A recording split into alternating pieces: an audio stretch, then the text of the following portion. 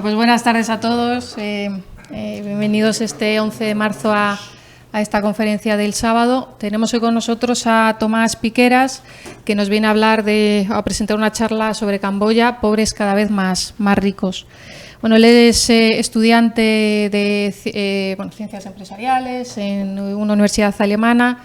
También ha sido coordinador local, no sé si sigue siéndolo. No, a medias. A medias, ¿no? En SFL. Y ha estado recientemente en Camboya, claro, por eso viene a presentarnos esto. Durante un mes y pico, me comentaste, allí, trabajando en una especie de consultora, think tank, que se llama, las siglas... GMRC. Y ha estado llevando a cabo una investigación, un estudio sobre los datos relativos a la evolución económica y social de Camboya. Y viene hoy como tal a presentarnos ese resultado de ese trabajo. Por lo demás, os quería también comentar, no sé, supongo que estáis bastante al tanto ya, que del día 22 de marzo es el Free Market Roadshow aquí en Madrid. Y ya os podéis apuntar normalmente, podéis inscribiros en nuestra página web, se necesita aportar vuestro nombre para poder entrar, que tiene lugar en la Fundación Rafael del Pino, y nos piden que tomemos nota de los nombres para ellos llevar un control en la entrada. Y desde ya podéis apuntaros, será, ya digo, 22 de marzo, a partir de las 4 de la tarde, 4:30 y hasta las 9, una cosa así. Habrá 3 paneles temáticos.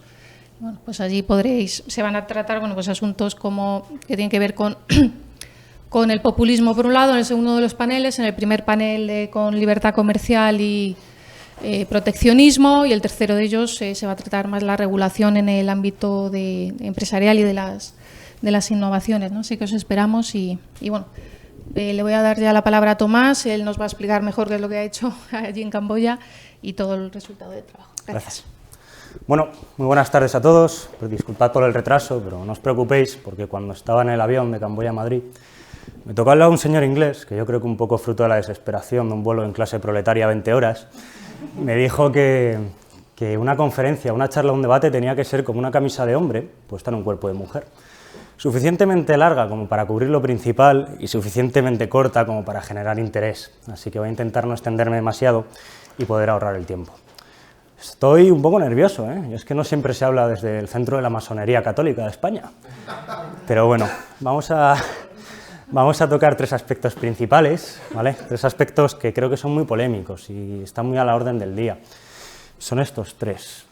El primero son las percepciones, ¿no? Vamos a ver, por un lado, las opiniones que se tienen en Occidente, en Estados Unidos, en Alemania, Australia, España, sobre el libre mercado, y por otro lado, las opiniones que se tienen en los países menos desarrollados o los países en vías de evolución. Luego vamos a hablar del crecimiento. Muchos de vosotros seguramente habéis oído eso de que los pobres son cada vez más pobres. ¿Es esto verdad? Yo creo que no, y va a ser bastante fácil desmentirlo. Luego, el tercer punto, el más polémico y por el que me van a llover todas las críticas y todos los insultos, es hablar sobre trabajo infantil y salarios, ¿no? ¿Cuántas veces habéis estado en un debate y os han dicho que el culpable de toda la explotación infantil es Inditex o es Amancio Ortega? Vamos a ver si esto verdaderamente es así o si se están manipulando las estadísticas. Vamos a empezar con esto, que a mí personalmente me gusta bastante.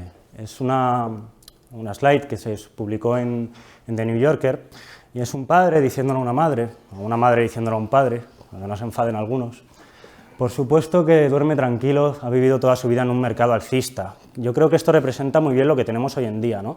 Hemos creado una sociedad donde es más importante recibir un subsidio que un salario, donde hemos perdido toda la noción de cómo funciona el mercado de trabajo, cómo se genera la riqueza y lo que importa el sacrificio, y creo que esto ha provocado lo siguiente, y es una opinión respecto al libre mercado baja, especialmente en el caso de España.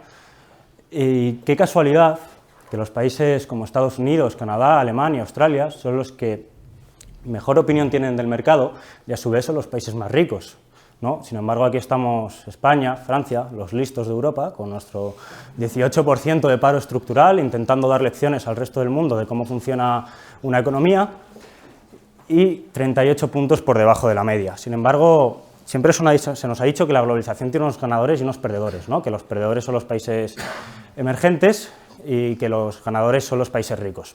Bueno, yo no sé si es que a los países emergentes les gusta perder, pero los primeros interesados en tener libre mercado son los países en vías de desarrollo, ¿no? Vemos que China, Indonesia, Kenia, Perú, la India, Nigeria tienen unas tasas mucho mayores que las españolas, Brasil, en definitiva la media está alrededor de 15 puntos por encima. Y cuando exponía estos datos en Malasia me hicieron una crítica, y una crítica que, bueno, puede tener algo de sentido, y es que Indonesia, Kenia, Perú, Nigeria o Brasil, bueno, Brasil menos, no han abrazado mucho la globalización. Entonces te decían que le preguntáramos a un niño camboyano o que preguntáramos a un niño tailandés sobre la opinión que tiene respecto al mercado. Bueno, esta fuente se llama Globescope, no me da los datos, pero si nos vamos a la fuente de Pew Global, lo que descubrimos es que aquellos que han abrazado la globalización, aquellos que ya saben lo que es comerciar con el resto del mundo, aquellos que saben lo que es importar capital, son los primeros interesados. Vietnam, Bangladesh, la India, Tailandia. Camboya no lo meto porque ya sería mezclar demasiadas fuentes y quería hacerlo un poco homogéneo, pero estaría entre Vietnam y Bangladesh, en un 85%. ¿Vale?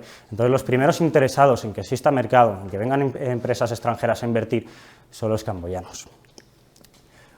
Os dejo esto para que lo miréis si os apetece, y es que, para que veáis que no todos son estadísticas, hay una anécdota que cuento bastante y que me pasó en Malasia. En Malasia el cine es muy barato y lleva todos los días.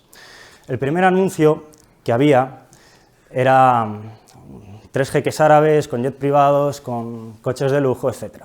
La primera frase que te encontrabas era: no todos nacemos igual de ricos. Claro, te dicen eso y ya sabes por dónde van los tiros, ¿no? Pero no, el anuncio era de una universidad y lo siguiente que te decían a no todos nacemos igual de ricos es todos podemos crecer.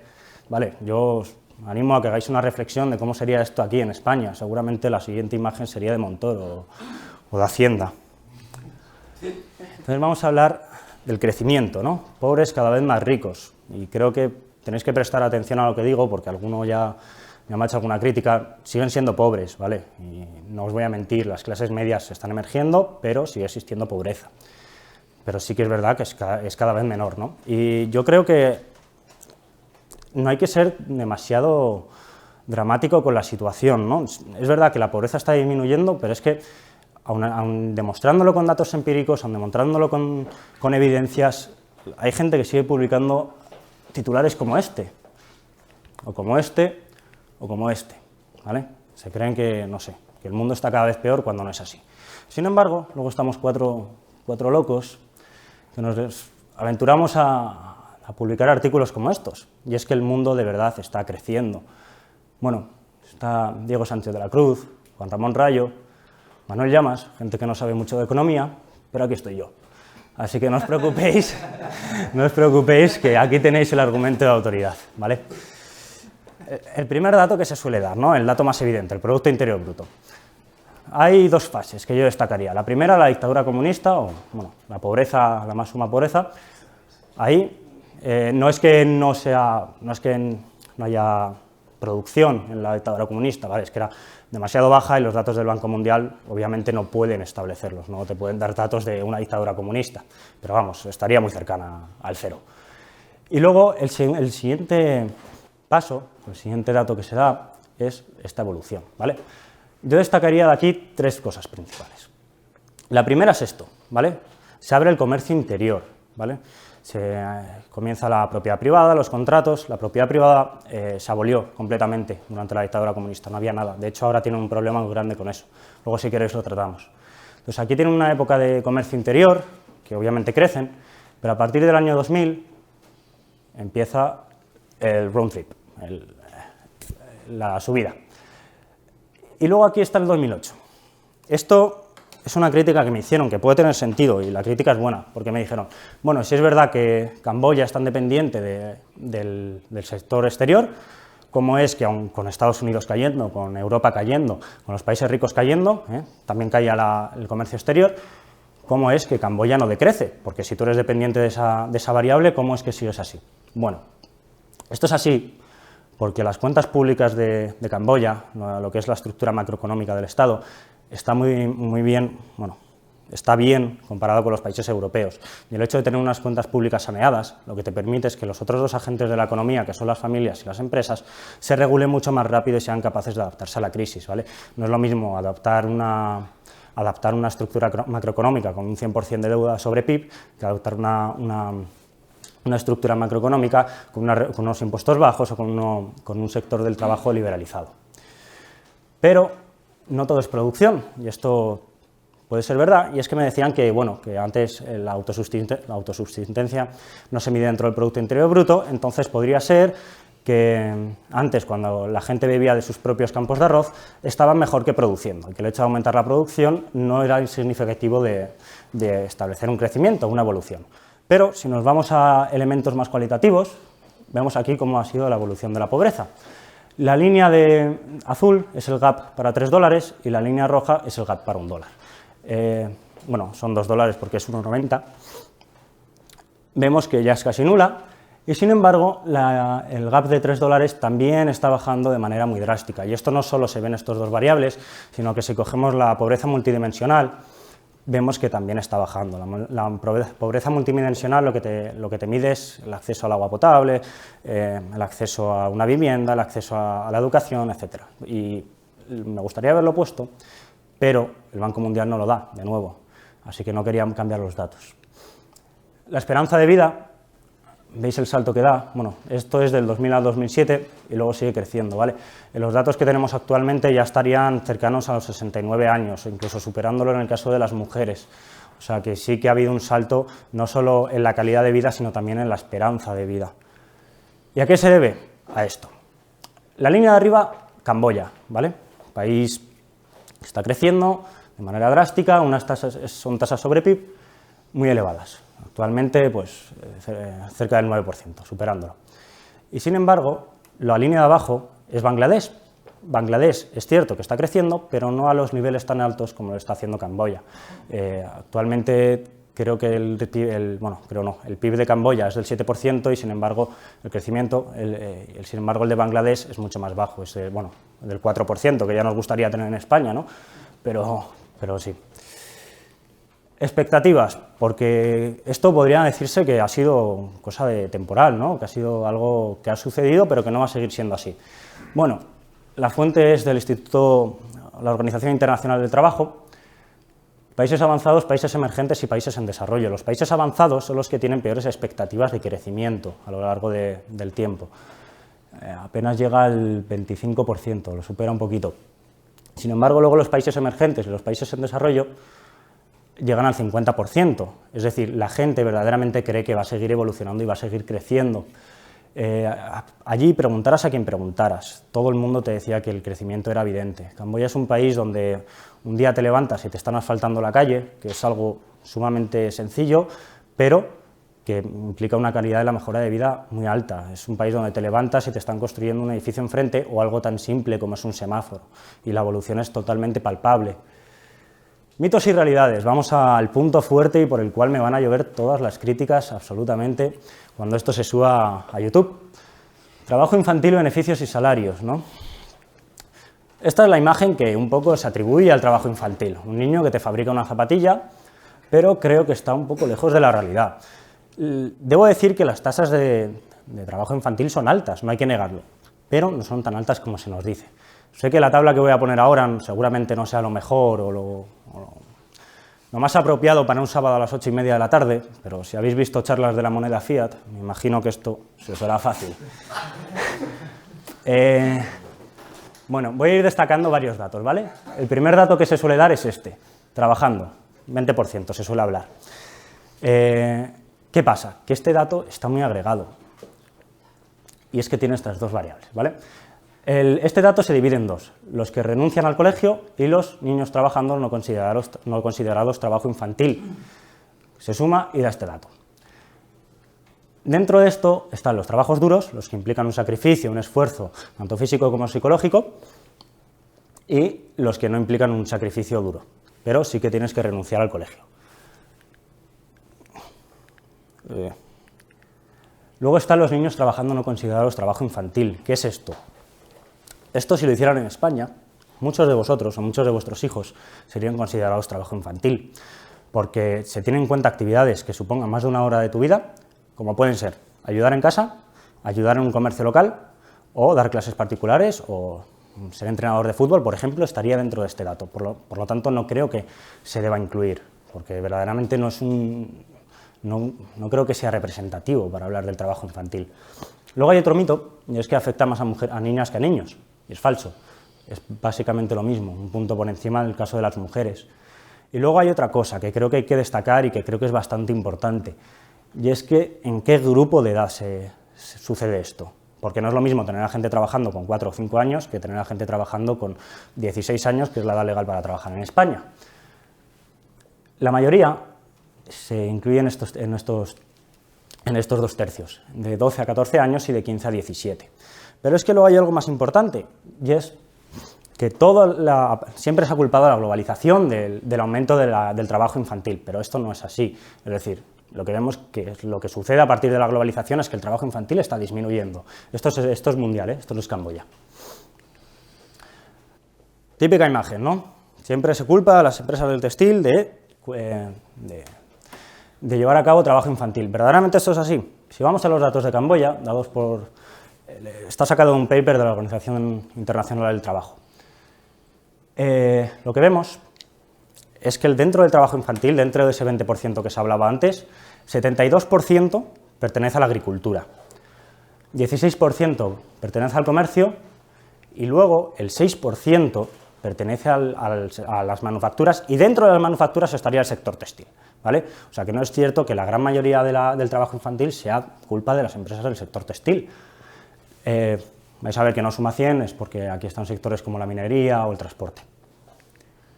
Clase 1 de economía, esto yo creo que hay que darlo porque yo no sé el nivel tan bajo que se tiene. Tienes dos opciones de tener ingresos. Puedes o vender mucho con un margen de beneficio pequeño o puedes vender poco con un margen de beneficio alto, ¿no?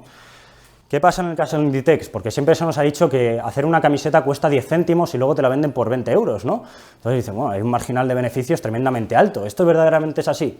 Vamos a las cuentas de Inditex, a las cuentas de pérdidas y ganancias del año 2015, y lo que vemos es que lo que cuesta hacer una camiseta, lo que cuestan los aprovisionamientos a Inditex, son el 42%, no son el 0,05% como se nos intenta hacer pensar, ¿vale? Y luego aparte la gente se cree que, no sé, que comprar el material es lo único que es necesario, y no es así.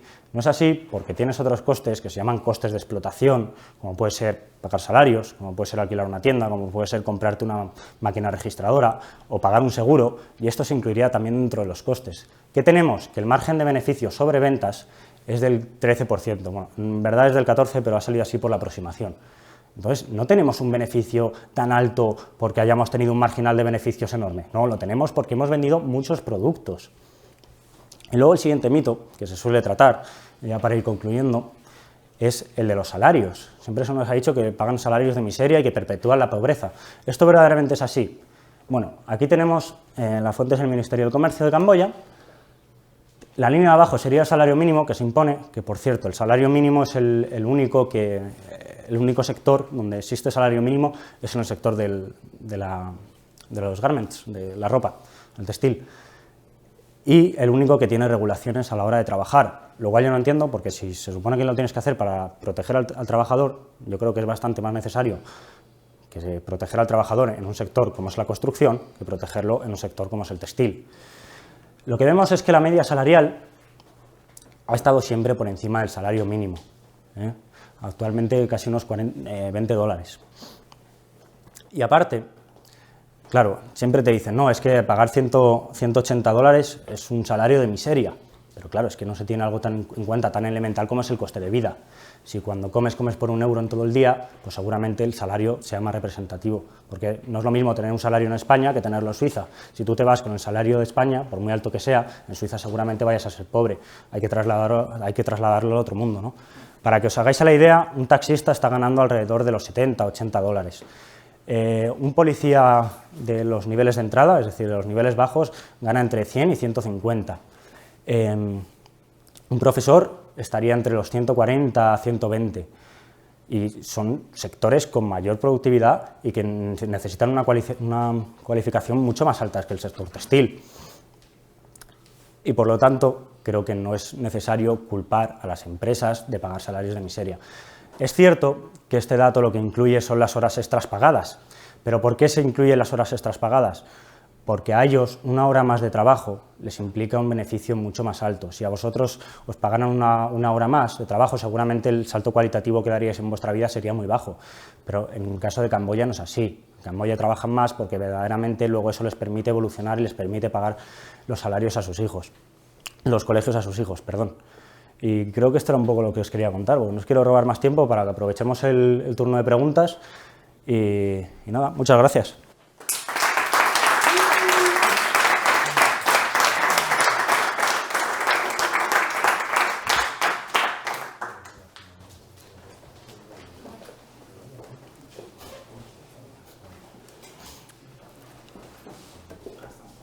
Sí.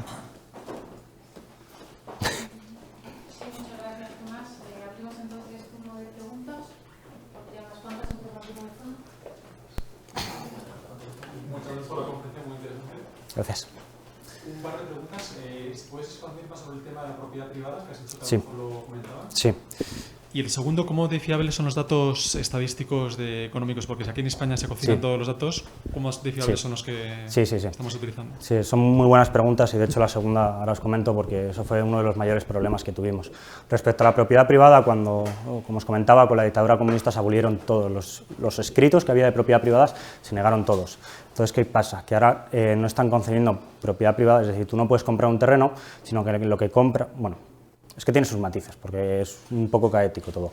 Pero lo que compras son licencias por un uso de 80 años renovables. Entonces, esto sí que se debería mejorar y se debería, por lo menos, dotar un poco más de estabilidad, ¿no?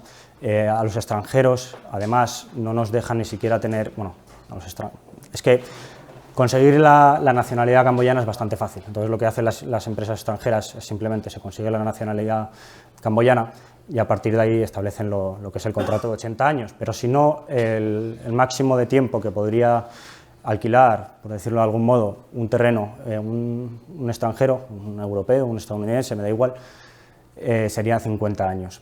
Y ahora tienen bastantes problemas con eso, porque, como te he dicho, es un poco caótico. Y ya no saben, hay gente que está reclamando propiedades que no se saben verdaderamente si eran suyas, entonces tienen un poco de descontrol con eso. Y eso sí que desestabiliza. Y la segunda pregunta era, perdona, de los datos, ¿no? La fiabilidad de los datos, buena pregunta, ¿eh? No te voy a engañar, no es que los datos estén manipulados y demás, pero es que sí, cuando estaba trabajando allí, igual llamabas al ministerio o a un think tank o a un centro de research y le decías, oye, ¿de dónde has hecho estos datos? Y me decían, no lo sé, no me acuerdo, o te mando un email y luego ese email nunca llegaba. Entonces, por eso no he intentado meter muchas fuentes, porque las fuentes verdaderamente son poco fiables. Lo que sí que es verdad que las fuentes del Ministerio de Comercio y las fuentes de la Organización Internacional del Trabajo que yo he estado citando sí que son más claras o por lo menos más creíbles. El caso de los salarios sí que es así, porque he visitado fábricas, pero no he tenido la oportunidad de preguntar condiciones laborales ni salariales, pero sí que se manejaban un poco por donde se mostraba el gráfico. Muy bien, por aquí. Sí, a mí me gustaría entrar un poquito en polémica lo del tema del trabajo juvenil, porque justamente está bien que hayas diferenciado lo que es el trabajo, o que es como la gente se lo imagina, ¿no? Que son niños en una fábrica trabajando 10 horas y pobrecitos explotados. En realidad es que es distinto. Y, por ejemplo, yo, que vengo del tercer mundo y conozco ese tipo de trabajo porque yo empecé a trabajar a los 12 años. O sea, y no es como la gente, o sea, no todo el mundo. Obviamente hay un pequeño porcentaje de población que por sus capacidades de pobreza, o sea, poca capacidad de pobreza, tienen que trabajar mucho tiempo, pero lo normal para las personas que nacen con pocos recursos y que sus padres no pueden darle todas las condiciones, uno tenga que buscar cierta forma. O sea, yo trabajé en estancos, trabajé en ese tipo de cosas y eso, de cierta forma, no es lo ideal, porque lo ideal es que sea como es actualmente, o sea, como es en Europa, que es que los padres puedan pagarle la escuela a los niños, que los niños puedan divertirse y todo eso. Pero la realidad en el tercer mundo es distinta. Y la realidad es que si tú quieres darte incluso para salir, o sea, o incluso mi primer teléfono me lo tuve que pagar yo con mis ahorros y no lo veo mal, o sea, es la realidad en la que nací y lo ideal es que sería como es actualmente, pero este tipo de trabajos o de cierta forma es una salida en la cual incluso el chico pueda dar un apoyo más a los padres. Si, por ejemplo, el salario de los representantes no da para pagar un colegio privado, pero quizás el chico cuando se aporte si se pueda, como incluso en mi caso personal. Sí. Y entonces quizás se hace mucha demagogia y no se entiende la realidad, porque me gustaría saber, entonces, las personas que se quejan de que existe esta realidad en tercer mundo, ¿qué es lo que proponen? O sea, ¿qué es lo que proponen? Entonces, que el chico no pueda trabajar y conseguir un salario extra para su familia y no pueda darse condiciones para luego en el futuro pagar sus estudios, o entonces, ¿cuál es la solución? ¿Cuál es la alternativa? No, sí. Estoy completamente de acuerdo. De hecho, yo creo que no hace falta que nos vayamos ni al tercer mundo. Simplemente echemos la vista atrás en España y miremos hace 80 años o hace 90 años en qué trabajaban nuestros padres, o a qué edad empezaban a leer, o a qué edad empezaban a ir al colegio. Entonces, cuando una nación crece, o cuando se empieza a salir de la pobreza, tienes que pasar por ciertos trámites que cuestan esfuerzo, cuestan sacrificio, pero que desde aquí, desde España, como no hemos perdido la percepción, como os decía antes, yo creo que no entendemos que es dramático, es una tragedia, pero lamentablemente es necesario. Y yo creo que si las generaciones más jóvenes quieren crecer, lamentablemente les va a tocar trabajar, igual que le tocó trabajar a mi padre, a mi abuelo o a quien sea, porque no hay una solución mágica para esto. Es decir, me da igual el país que miremos, estoy seguro de que si echamos la vista atrás, todos los países, absolutamente todos, han tenido que crecer desde las bases, y desde las bases es desde el trabajo infantil. Eso sí, yo creo que no se debe, decir que un niño tiene que trabajar es muy polémico y verdaderamente es una tragedia. Y a mí lo que me gustaría es que no hiciese falta ese 10% de niños trabajando, o ese 20%, pero lamentablemente tiene que ser así. Sí. Sí, bueno, felicidades por la charla, ha estado muy clara. Yo quería hacer una pregunta sobre el gráfico final, que no es un tema que hayas tocado explícitamente, el salario mínimo, pero ponía que el salario medio nominal estaba siempre por encima del salario mínimo nominal.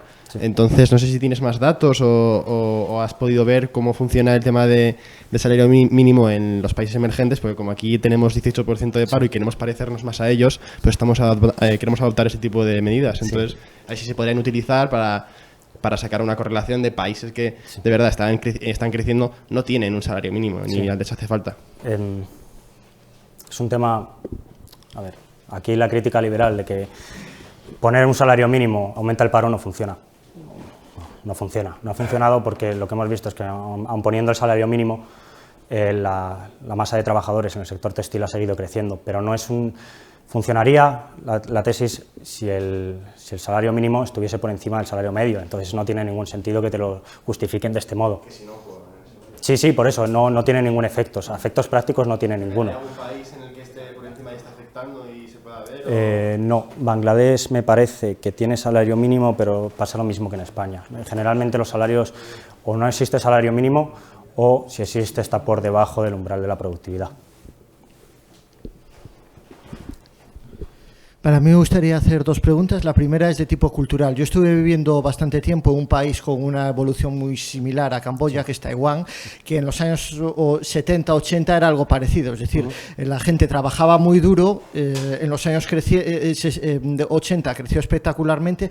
Después empezó a ralentizar un poco el crecimiento de Taiwán, pero es un país que poco a poco va a mejor. Yo, de hecho, cuando la primera vez que estuve tenía la sensación de que era mucho más pobre que España, y ahora tengo la sensación de que Taiwán es algo más próspero que España, al menos en algunos aspectos. Sí. Hay aspectos culturales que me llaman la atención y que creo que quizás se deberían tener en cuenta a la hora de analizar Camboya. Por ejemplo, una costumbre taiwanesa es que en una empresa el salario pueden ser 700 euros al mes. Pero algunos empresarios tienen la costumbre de las ganancias repartirlas entre los empleados, de tal forma que hay empresas que de repente en Año Nuevo Chino le dan a sus trabajadores 9 mensualidades. Yeah. Es decir, 9 mensualidades hace que el salario pase de 700 a muchos. Sí. Bueno, en Taiwán, por supuesto, se pagan muchísimos menos impuestos. La gente sale a la calle a protestar cuando le suben los impuestos, y protesta duro porque le suban los impuestos, es decir, es algo que no se tolera. Y después, con respecto a la explotación, en Taiwán sucede en Taiwán y en China, en los dos sitios pasa, que se entiende que el trabajar duro de joven es una forma de ahorrar mucho dinero. ¿Para qué? Para después montar tu propia empresa, para incluso darle buena educación a tus hijos. Por ejemplo, en China y en Taiwán hay muchos padres que mandan a sus hijos a Estados Unidos, a las mejores universidades, que viven peor, tienen un piso que no es muy bueno, pero ahorran el dinero suficiente para pagar matrículas de 20.000 euros o cosas por el estilo.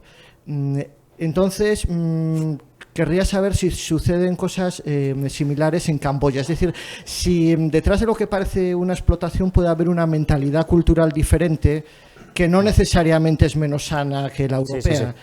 Bueno, y una segunda pregunta que es muy rápida.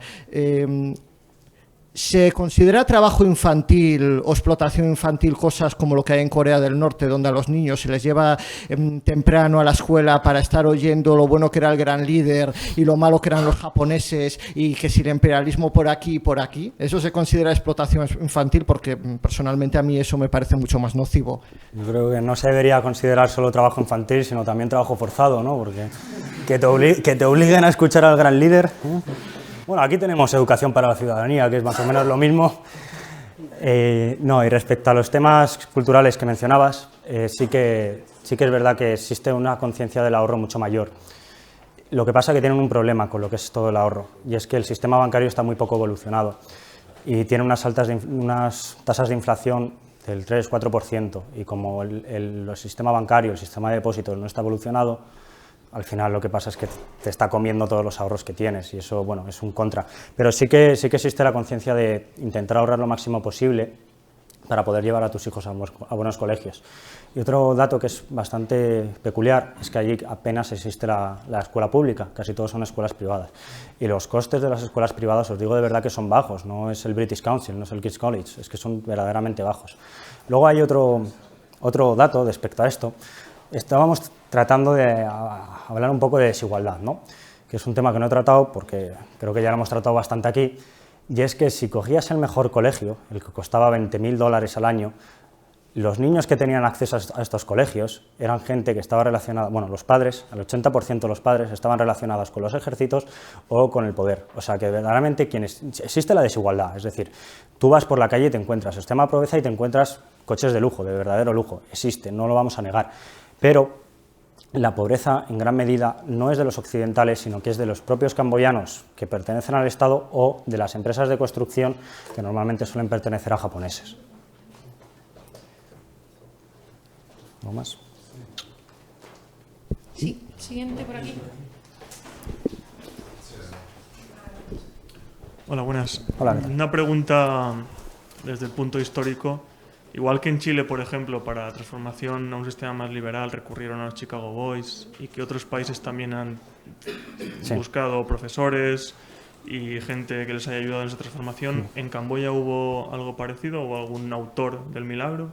Autores específicos no, pero sí que la Unión Europea y me parece que ha sido Japón han colaborado bastante. De hecho, en la primera etapa de crecimiento, donde la globalización, se llevaron a cabo pautas que se establecieron desde la Unión Europea. La Unión Europea ha estado marcando más o menos el ritmo de crecimiento, o las reformas que deberían hacer para crecer. O sea, que la Unión Europea verdaderamente es consciente de lo que se debe hacer, y han sido quien ha estado detrás de ellos. Sí, yo lo quería preguntar, si de cara a un inversor extranjero, ¿cuáles serían las limitaciones que todavía, lo que has dicho, eso de la cantidad de años para la tierra, si todavía hay mucha corrupción política, mucha burocracia, ¿cuáles serían todas las limitaciones que verías todavía que tendría que mejorar? La corrupción es un buen punto que no he tratado, pero sí que es importante. Y es que es bastante grande, sobre todo, no ya con las grandes empresas, porque las grandes empresas tienen los estatutos mucho más claros y es más difícil de manipular, pero por ejemplo la gente que montaba restaurantes, que españoles había muchísimos, sí que tenían un problema, por ejemplo, a la hora de pagar impuestos, porque allí los impuestos se recaudan de un modo un poco peculiar. Es que viene un policía y te dice, tienes que pagar esto. Y tú le decías, bueno, pues mejor pago esto, te quedas tú la mitad y me ahorro ya otra mitad. Que bueno, en un lado es positivo, ¿no? Eso que te ahorras, pero sí que es un poco inestable. Y luego el otro punto, bueno, lo de la propiedad que hemos comentado antes, el mercado de valores tiene muy poca liquidez y es bastante complejo. Si te quieres asentar ahí como gran empresa, pero más allá de eso no hay. De hecho, si hablabas con el Ministerio de Comercio o pedías ayuda para cualquier cosa, verdaderamente estaban interesados en hablar contigo, te citaban a reuniones o te ayudaban en lo que podían. O sea que sí que son favorables a la entrada de capitales. A ver. Bueno, esto es que lo hemos estado comentando antes cuando te han hecho la entrevista y a mí me quedaba la duda, por ejemplo, en comparativa con España, y tú lo habrás visto al vivir allí, en términos sociológicos los españoles, y hablando ya en terminología errejoniana, somos muy transversales. O sea, el español medio defiende la propiedad privada, pero a la vez quiere unos muy buenos servicios públicos, todo esto herencia, ¿no?, del milagro económico español del año 59 y demás. Entonces, ¿cómo ha resultado en el pueblo camboyano, en la gente media, no me refiero al niño que está en la calle ni al de la gran empresa, sino el camboyano medio, la vacuna tan grande que tuvo que suponer el tema de los gémeres rojos? Porque no hemos entrado ahí, o no lo hemos comentado suficiente, pero es que se ventilaron a medio país en 8 o 10 años, o sea, menos, del 74 al 75, así. Entonces, ¿cómo revierte eso en la gente? Yo lo he vivido en Polonia, viviendo allí, que son anticomunistas a dolor. ¿Cómo es en el caso de esta gente algo tan duro, tan drástico, como que a un pequeño granjero se le llegase de la noche a la mañana, se colectivizase la tierra y lo pusieran encima a cero allí en un horno de casa? Respecto a la dictadura, se suele tratar como tema tabú, nadie habla de ello. Y la vacuna que ha supuesto, yo creo que nadie habla de política o nadie habla de lo que es. La gente al final lo que quiere es vivir, tener su propio comercio, que nadie se meta dentro de su vida y ya está. No se meten en temas de polémica a niveles políticos. Cuando llegué, me llevé una gran alegría o tristeza. Básicamente quería salir corriendo, porque es que llego y le digo, ¿cómo está? Culturalmente hay mucha represión, y me dice, bueno, mientras no te metas con el primer ministro no pasa nada, pero el mes pasado, al lado de donde vives tú, han pegado un tiro a uno que se estaba metiendo con el primer ministro por activista. Entonces, bueno, es un poco caso de contrastes, ¿no? Si tú no eres dañino o pretendes atentar contra el Estado o eres muy crítico, puedes vivir en paz y verdaderamente no hay represión, a la gente le da igual, porque es que aparte que es que ni siquiera hay policía y tampoco hay medios para controlar a los camboyanos. ¿Qué les vas a controlar? ¿El Twitter que no tienen? No puedes. Entonces no hay mucha represión y la mentalidad sí que se tiene un poco de individualista, de yo quiero hacer mi vida, por favor no te metas en ella.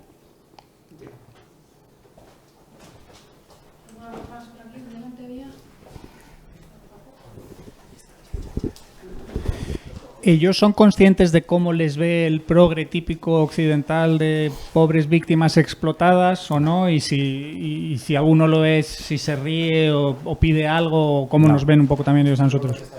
No son conscientes de ello. De hecho, bueno, no sé, supongo que lo habéis visto todos, cuando... ¿Cómo se llama el de La Sexta? Cuando Jordi Évole le dice, oye, ¿qué opinas de las empresas del sector textil? Y le dice que fantástico, que vendan más, que así suben sus salarios. Es una representación muy clara de lo que hay, no son conscientes de nada. Aparte, su conocimiento del resto del mundo es muy bajo, no tienen grandes conexiones con el resto. Pero bueno, no se sienten mal tampoco. Es decir, y tampoco el porcentaje de población que trabaja en el sector textil tampoco te creas que es tan alto. De hecho, ahora el crecimiento no viene tanto del sector textil, sino del sector inmobiliario de las construcciones. O sea, si hay algún arquitecto que se vaya para allá.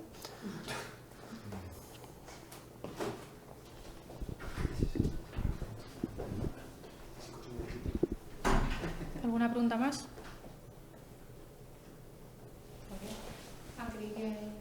¿No?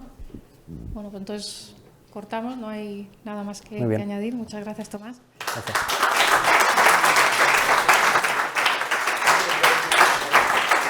Y nada, recordar un poco lo que comentaba al comienzo. La semana que viene no tenemos conferencia porque, porque hay un festivo, entonces no damos la conferencia, pero ya sabéis que el 22 de marzo, unos días después, será miércoles, tenemos el Free Market Roadshow en el que os esperamos.